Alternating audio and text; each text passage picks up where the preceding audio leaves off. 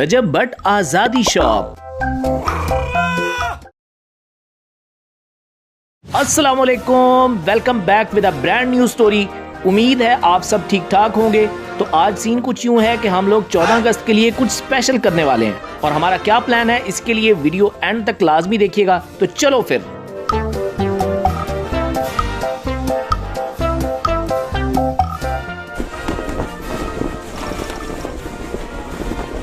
रजब और हैदर हाथों में बाजा पकड़े बातें करते हुए जा रहे थे कि उन्हें सामने से चाचा फजलू आते दिखाई दिए।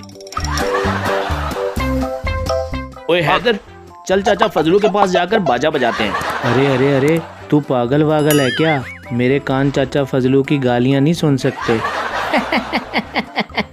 तू कह तो ऐसे रहा है जैसे पहली बार तुझे गालियां पड़नी हो। चल चल जल्दी कर, चाचा फजलू पास आ गए। चाचा फजलू उनके करीब आए तो वो बाजा बजाकर भाग गए।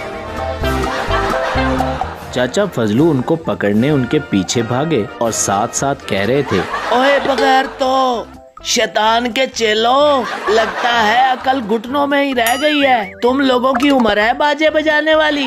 ये पाँ सुनकर कब्र से मुर्दे बाहर आने की कसर रह गई है बस। रजब और हैदर जल्दी जल्दी घर एंटर हुए तो सामने माँ जी बैठी थी।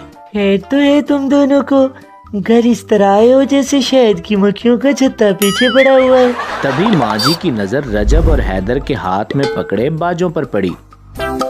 ओए चवलो, ये जलालत घर लाने की क्या जरूरत थी? जानी, ये हम आपको एंटरटेन करने के लिए लाए हैं। इतना कहकर रजब और हैदर ने माँ जी के पास बाजा बजाना शुरू कर दिया। हाय मैं मर जावा रजब अली, हमारे कान बोले करने को ये जलील बाजा किसने याद कर दिया? चल दफा मारे नो, नहीं तो मैं जुत्ती ला लेनी है। रजब और हैदर जब माँ जी को तंग कर चुके तो उन्हें याद आया कि वो तो घर किसी काम के लिए आए थे। अच्छा माँ जी, बहुत हो गया मजाक, हम तो घर से 14 अगस्त का सामान लेने आए थे। रजब और हैदर कुछ दिन पहले ही 14 अगस्त का बहुत सारा सामान लेकर आए थे। लेकिन इतने ज्यादा सामान का क्या करना है तुम लोगों ने? जान शुगल मिला करेंगे बस। अच्छा रजब पुत्रे, बाहर जाने से पहले मुझे छत से कपड़े तो उतार कर ला दो जाने। रजब छत पर गया तो उसे इर्द गिर्द लगे झंडे नजर आ गए।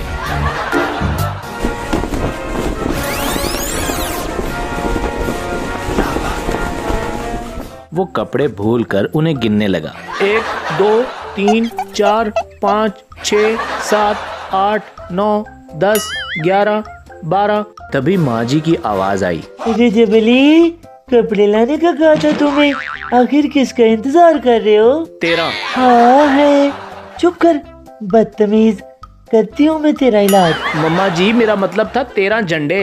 तो सीन ये है कि हम लोगों के पास 14 अगस्त का बहुत सारा सामान था, तो आज हम लोग एक स्टॉल लगाएंगे। रजब और हैदर ने एक दरख्त के नीचे 14 अगस्त का बहुत बड़ा स्टॉल लगाया हुआ था, जिसमें झंडे, हेयर बैंड्स, बैजेस और कुछ खाने पीने की चीजें शामिल थीं। और दरख्त के साथ एक बोर्ड लगा हुआ था जिस पे लिखा था आजादी शॉप। वाह भाई वाह हैदर, स्टॉल कितना शानदार लग रहा है। इतने में 2 चोर वहां से गुजर रहे थे। रजब भट्ट का स्टॉल देखकर रुक गए।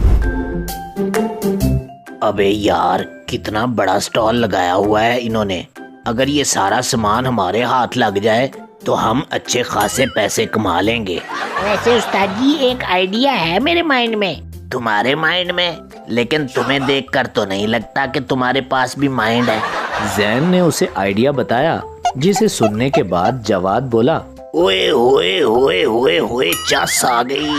क्या आइडिया दिया है मेरे यार, अभी देखो मैं इनका कैसा बंदोबस्त करता हूँ। इतना कहकर जवाद रजब और हैदर के पास आया। पहचाना? यकीनन नहीं पहचाना होगा। चलो कोई बात नहीं, दरअसल मुझे कोई भी नहीं पहचानता। मैं आपको ये बताने आया हूँ कि माँ जी की तबीयत बहुत खराब है। इतना सुनने की देर थी कि रजब और हैदर ने घर की तरफ दौड़ लगा दी। वो घर पहुँचे तो माँ जी बिल्कुल सही सलामत बैठी थी। मम्मा जी, ये क्या मजाक है यार? है मजाक? कैसा मजाक रजब पुत्रे? रजब के माइंड में कुछ क्लिक हुआ और वो हैदर से बोला, हैदर भाग, इससे पहले हमारे साथ मजाक हो जाए। रजब, ओए रजब, होया की अब पुत्र? लेकिन वो माँ जी की आवाज सुने बगैर वहाँ से भागे और माँ जी भी उनके पीछे पीछे। रजब और हैदर भागते हुए वापस अपनी शॉप तक पहुँचे तो वहाँ से सारा स्टॉल गायब हो चुका था। चलो भट्ट साहब, प्रोग्राम तो बढ़ गया। यार तुम फिक्र न करो, वो लोग ज्यादा दूर नहीं गए होंगे, हम उन्हें ढूंढ लेंगे। तो हुआ कुछ यूं है कि चोर हमें चूना लगाकर हमारा सामान लेकर भाग गए हैं और अब हम उन्हें ढूंढने जा रहे हैं। चलो फिर आप भी हमारे साथ। रजब और हैदर गाड़ी में बैठे उन्हें तलाश कर रहे थे। यार बट मुझे लगता है इधर गए होंगे। वो पूरा गांव घूम चुके थे लेकिन चोरों का कुछ पता न चला। थक हार कर वो वापस घर की तरफ जा रहे थे कि हैदर की नजर माँ जी पे पड़ी। अरे अरे अरे बट, अरे वो देख, वो क्या है? रजब ये सब देखकर हैरान रह गया। उनका स्टॉल बिल्कुल वैसे के वैसे अपनी जगह पर मौजूद था, लेकिन साथ माँ जी भी खड़ी थी। आखिर ये हो क्या रहा है? वो लोग गाड़ी से उतरकर स्टॉल के पास आए। मम्मा जी, आप यहाँ कैसे? और ये स्टॉल?